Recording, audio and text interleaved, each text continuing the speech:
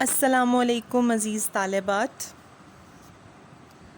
سال اول اردو لازمی کے دوسرے لیکچر کے ساتھ میں حافظہ ماریہ اسلم آپ سے مخاطب ہوں. کل ہم نے میر انیس کی شامل نصاب نظم کے پہلے 4 بند پڑھے تھے. آج ہم اس نظم کو مکمل کریں گے. چوتھا بند میں آپ کو پڑھانے جا رہی ہوں. وہ قمریوں کا 4 طرف سرو کے ہجوم، کوکو کا شور نالائے حق سر رہو کی دھوم، سبحان ربنا کی صدا تھی علی العموم، جاری تھے وہ جو ان کی عبادت کے تھے رسوم، کچھ گل فقط نہ کرتے تھے رب اولا کی مدح، ہر خار کو بھی نوک زباں تھی خدا کی مدح. ویسے اس لفظ کو مدح پڑھتے ہیں، یہ چونکہ غلط العام ہو چکا ہے تو میں نے مدح پڑھ دیا کہ آپ کو کہیں مدح کہنے سے بات سمجھ نہ آئے، ایسا بھی ہو سکتا تھا. مشکل الفاظ کے معنوں کی طرف چلتے ہیں. ہجوم کہتے ہیں مجمع کو، اکٹھا ہو جانے کو.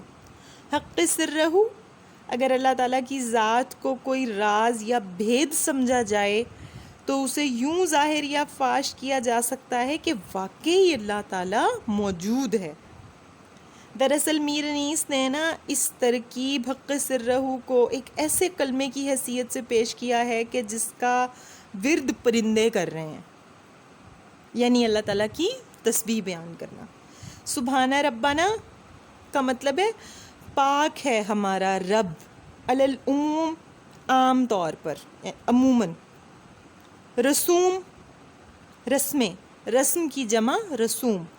مدح یا مدح تعریف کو کہتے ہیں. خار کانٹا، نوکے زباں ہونا، اچھی طرح یاد ہونا یا کوئی ایسی بات جس کا ورد کیا جائے، جسے بار بار دہرایا جائے. اس بند کا مفہوم یہ ہوگا کہ صحرائے کربلا میں صبح طلوع ہوئی تو قمریاں اللہ کی حمد و ثنا میں مصروف ہو گئیں، ہر طرف اللہ کی پاکیزگی اور پاکی بیان کی جانے لگی، پھول اور کانٹے بھی اپنے اپنے انداز میں عبادت میں مصروف ہو گئے. تشریح کی طرف چلتے ہیں. وہ پیراگراف، وہ ایک اقتباس جو میں نے آپ کو پچھلے لیکچر میں بتایا تھا، اس کو نوٹ کر لیجئے. اس نظم کی تشریح کرتے ہوئے کوئی بھی بند اگر آپ کو تشریح میں پیپر میں دیا جاتا ہے تو آپ وہ اقتباس ضرور لکھیں گے، اس کے بعد آپ تشریح کریں گے. تو جب آپ لوگ یہ لیکچر سن رہے ہوتے ہیں نا تو اپنے پاس کاغذ پینسل لے کر بیٹھا کریں اور نوٹس بنا لیا کیجئے. جو بھی اہم چیزیں میں آپ کو بتا رہی ہوں یا سمجھا رہی ہوں ان کو نوٹ کر لیں. تصویر کاری میر انیس کے فن کا ایک اہم پہلو ہے. تصویر کاری کسے کہتے ہیں؟ یہ بند جو میں نے ابھی آپ کے سامنے پڑھا جس کی بلند خوانی کی، آپ کو اس کو دیکھ کے لگ رہا ہوگا جیسے آپ کے سامنے کوئی چلتی پھرتی تصویر موجود ہے یا کوئی منظر آپ کی آنکھوں کے سامنے چل رہا ہے. یہ میر انیس کے کلام کا ایک بڑا حسن ہے کہ ان کا کلام پڑھ کے لگتا ہے، پڑھنے والے کو یا سننے والے کو لگتا ہے کہ سب کچھ ان کی آنکھوں کے سامنے ہو رہا ہے. صبح کا خوبصورت منظر بیان کیا انہوں نے کہ خوش الحان پرندے یعنی خوبصورت آوازوں والے پرندے اللہ تعالیٰ کی حمد و ثنا کر رہے ہیں. خاص طور پر قمریوں نے سرو کے چاروں طرف ہجوم کر رکھا ہے. سرو ایک درخت کا نام ہے، ایک جو لمبا سا درخت ہوتا ہے بڑا خوبصورت سا، اسے سرو کہتے ہیں. آپ کے کالج میں بھی موجود ہے. اور کوکو کی آواز سے اپنے رنگ میں حق تعالیٰ کی ثناخوانی جاری ہے. اچھا، یہاں یہ بات یاد رکھنے کی ہے کہ روایتی طور پر قمری جو پرندہ ہے، قمری ایک پرندے کا نام ہے. کہا جاتا ہے کہ قمری جو پرندہ ہے وہ سرو کے درخت کا عاشق ہے، یعنی قمری ہمیشہ آپ کو سرو کے ارد گرد ملے گی. تو انیس یہ کہہ رہے ہیں کہ ہر طرف سے سبحانہ ربنا یعنی پاک ہے ہمارا پروردگار کی صدائیں آ رہی تھیں۔ انسان اشرف المخلوقات ہے، لیکن انسانوں کی عبادات میں باقاعدگی نہیں ہوتی، اور کتنے ہی لوگ ہیں جو ذات پاک کے وجود ہی سے انکار کرتے ہیں۔ آپ سب لوگ جانتے ہیں اس بات کو، حالانکہ کائنات کا تو ایک ایک ذرہ توجہ دلاتا ہے کہ فطرت کے خوبصورت مناظر دیکھ کر انسان اس کے بنانے والے کی صنائی کی بے ساختہ تعریف پر مجبور ہو جاتا ہے۔ فطرت کی صنائی کہتے ہیں فطرت میں خوبصورتی پیدا کرنے والا، لیکن جو جانور ہیں یا جو پرندے ہیں ان کا اللہ کی حمد و ثنا کرنے کا معمول نہیں ٹوٹتا نہ بدلتا ہے۔ وہ اللہ کو بڑے قریب سے محسوس کرتے ہیں اور اس کی فطرت اس کی بنائی گئی دنیا کی تعریف میں مشغول رہتے ہیں۔ تو اپنے اپنے رنگ میں چمن کی ہر مخلوق عبادت میں مصروف ہے۔ یہ بات میر انیس بتانا اور سمجھانا چاہ رہے ہیں کہ صرف انسان جو ہیں وہی اللہ تعالیٰ کو ایک اور واحد مان کر اور سمجھ کر اس کی عبادت نہیں کرتا، اس کی تسبیح تعریف اور پاکی بیان نہیں کرتا، بلکہ اس کی بنائی گئی تمام مخلوقات اپنے اپنے رنگ اور اپنے اپنے طریقے سے اللہ تعالیٰ کی حمد و ثنا بیان کرتی ہیں، اور یہی منظر میدان کربلا میں دیکھنے کو مل رہا ہے۔ پھولوں کی زبان پر بھی رب العلا کی مدح تھی، مدح سرائی تھی، اور اللہ تعالیٰ کی پاکی بیان کر رہے ہیں وہ بھی، اور صرف پھول ہی نہیں بلکہ کانٹے بھی اللہ تعالیٰ کی ثنا خوانی کر رہے ہیں، اور کانٹوں کو تو اللہ تعالیٰ کی مدح کے لیے استعمال ہونے والے مختلف کلمات بہت اچھی طرح یاد تھے، ان کے نوک زباں تھے، یعنی نوک زباں میں نے آپ کو بتایا کسی چیز کا ورد ہونا، یعنی وہ تو اللہ تعالیٰ کی پاکی اور پاکیزگی کو پھولوں سے بھی بڑھ چڑھ کر بیان کر رہے تھے۔ اچھا، یہ محاورہ ہے جو ہے نا نوک زباں، اس کا یہ ایک محاورہ ہے اردو کا، اس کا مطلب ہوتا ہے ازبر ہونا یا بہت اچھی طرح یاد ہونا۔ میر انیس نے کانٹوں کی مناسبت سے یہ محاورہ استعمال کر کے اپنی قادر الکلامی اور فنی مہارت کا ثبوت دیا ہے۔ اب آپ دیکھیں کہ انہوں نے خوبصورت الفاظ کے استعمال سے کانٹے جیسی تکلیف دہ چیز کو بھی خوبصورت بنا دیا، اس میں بھی حسن پیدا کر دیا۔ اچھا، اس میں نا اس بند کی تشریح کرتے ہوئے آپ یہ شعر لکھ سکتے ہیں: وہ سرخی شفق کی ادھر چرخ پر بہار، وہ بارور درخت، وہ صحرا، وہ سبزہ زار، شبنم کے وہ گلوں پہ گوہر ہائے آبدار، پھولوں سے سب بھرا ہوا دامان کوہسار، نافے کھلے تھے وہ گلوں کی شمیم کے، آتے تھے سرد سرد وہ جھونکے نسیم کے۔ یہ بند آپ کے سلیبس میں شامل نہیں ہے یہ میر انیس ہی کا بند، لیکن اس کو آپ کسی بھی اس نظم کے کسی بھی بند کی تشریح میں ریفرنس کے طور پہ لکھ سکتے ہیں اگر آپ کو آسانی سے یاد ہو جائے تو۔ اب ہم شامل نصاب نظم کا آخری بند پڑھنے جا رہے ہیں جو کہ 5واں بند ہے۔ چونٹی بھی ہاتھ اٹھا کے یہ کہتی تھی بار بار، اے دانہ کش ضعیفوں کے رازق تیرے نثار، یا حیو یا قدیر کی تھی ہر طرف پکار، تسبیح تھی کہیں کہیں تحلیل کردگار، طائر ہوا میں مست ہرن سبزہ زار میں، جنگل کے شیر گونج رہے تھے کچھار میں۔ مشکل الفاظ کے معنی دیکھتے ہیں پہلے۔ دانہ کش دانہ اٹھانے والی، ضعیفوں یعنی کمزوروں، ضعیف کی جمع ہے ضعیفوں، ضعیف کا مطلب ہوتا ہے کمزور، ضعیفوں ایک سے زیادہ کمزور افراد یا کمزور مخلوق کوئی بھی ہو سکتا ہے۔ رزاق رزق دینے والا، یا رازق یہاں پہ استعمال ہوا ہے تو رازق بھی رزاق ہی سے نکلا ہے جس کا مطلب ہے رزق دینے والا۔ نثار قربان، یا حیو اے زندہ و جاوید، یہ اللہ کا صفاتی نام ہے۔ یا قدیر اے قدرت والے، یہ بھی اللہ کا صفاتی نام ہے۔ تسبیح پاکی بیان کرنا، تحلیل کہتے ہیں لا الہ الا اللہ کا ذکر کرنا۔ کردگار یعنی اللہ، طائر کہتے ہیں پرندے کو، کچھار، کچھار شیر کے رہنے کی جگہ، شیر کا مسکن ہوتا ہے کچھار۔ مفہوم کیا ہوگا اس بند کا؟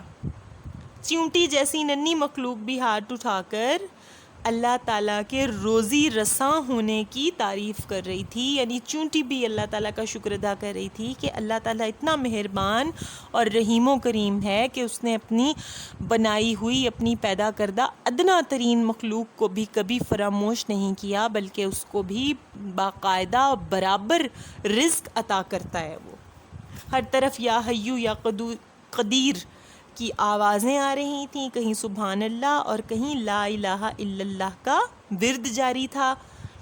پرندے ہوا میں، ہرن سبزہ زاروں میں اور شیر کچھاروں میں مست تھے۔ اس بند کی تشریح کی طرف آتے ہیں۔ انیس کہہ رہے ہیں کہ دشت کربلا میں صبح کا منظر بڑا دلکش اور خوبصورت ہے۔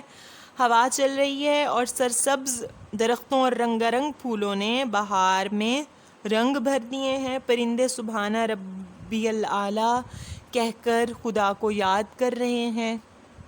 انیس کہتے ہیں کہ پرندے تو پرندے، ایک ننھی منی چیونٹی بھی ہاتھ اٹھا کر اپنے رب، اپنے پیدا کرنے والے کی حمد بیان کر رہی ہے کہ اے رزاق، میں قربان جاؤں تیری ذات پر کہ تو ہم جیسی کمزور اور ضعیف مخلوق کو بھی دانہ دن کا تلاش کرنے اور اسے چننے کی توفیق عطا کرتا ہے۔ ہم جیسی حقیر مخلوق کا رزاق بھی تو ہی ہے۔ میدان کربلا میں ہر طرف یا حیو یا قدیر کی آوازیں آ رہی ہیں، کہیں یہ تسبیح کا انداز ہے اور کہیں لا الہ الا اللہ کا ورد جاری ہے۔ اس کے ساتھ ہی اس خوبصورت اور دلکش صبح کو پرندے ہوا میں مست ہو کر اڑانے بھر رہے ہیں، فضا میں قلا بازیاں سکھا رہے ہیں۔ ادھر ہرن سبزہ زار میں چوکڑیاں بھرتے نظر آتے ہیں اور جنگل کے شیر اپنی کچھار میں چنگھاڑ رہے ہیں۔ اس بات میں رتی بھر شک نہیں ہے بچوں کہ اس کائنات کی ہر شے، انسان، حیوان، جمادات، نباتات خدا کے بزرگ اور برتر ہونے کی گواہی دیتے ہیں اور عبادت کرتے ہیں۔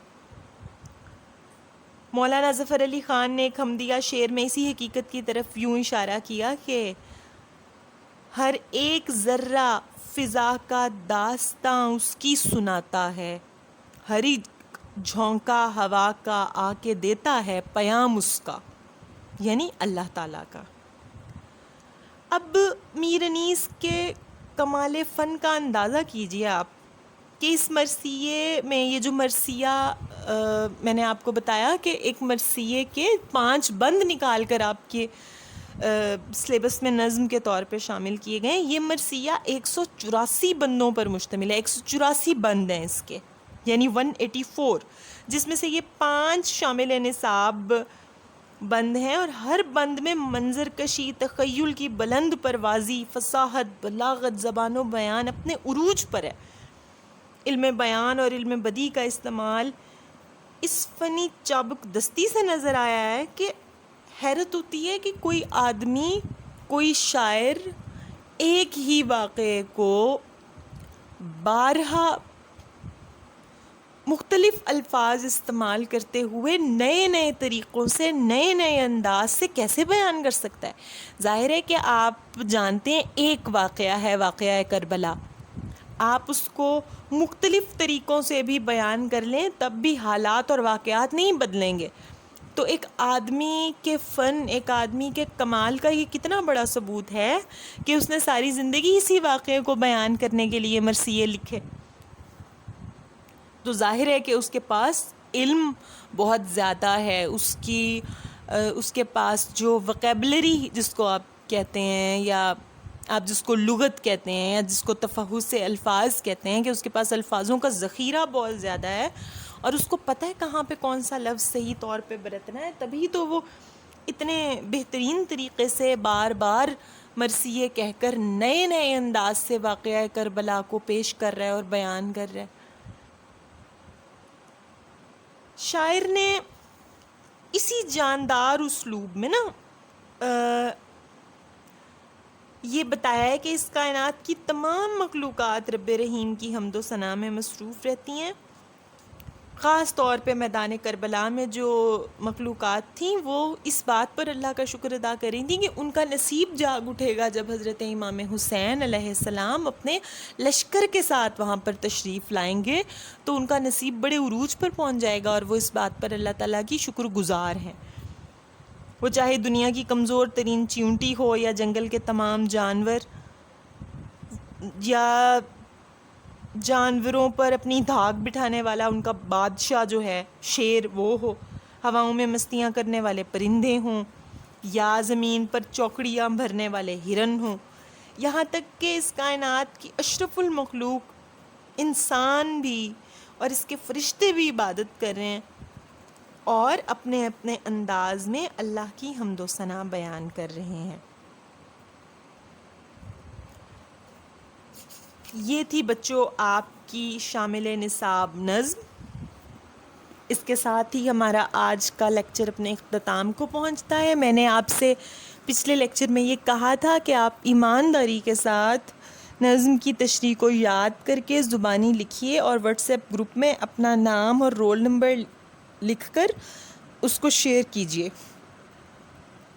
اب آپ یہ جو باقی نظم کا حصہ ہم نے آج پڑھا اس کو غور سے سنیے، یاد کیجیے اور اس کو زبانی لکھیے تاکہ آپ کی رائٹنگ سپیڈ امپروو ہو، تاکہ آپ کی پیپر کی تیاری بہت اچھی ہو جائے، اور ساتھ ہی نظم کا خلاصہ بھی یاد کر کے لکھیے۔ میں آپ کو کل نظم کا خلاصہ بھی پڑھا چکی ہوں۔ کل ہم انشاءاللہ آپ کے سمارٹ سلیبس میں موجود ایک اور مشکل نظم کی دہرائی کریں گے۔ تب تک کے لیے اللہ حافظ۔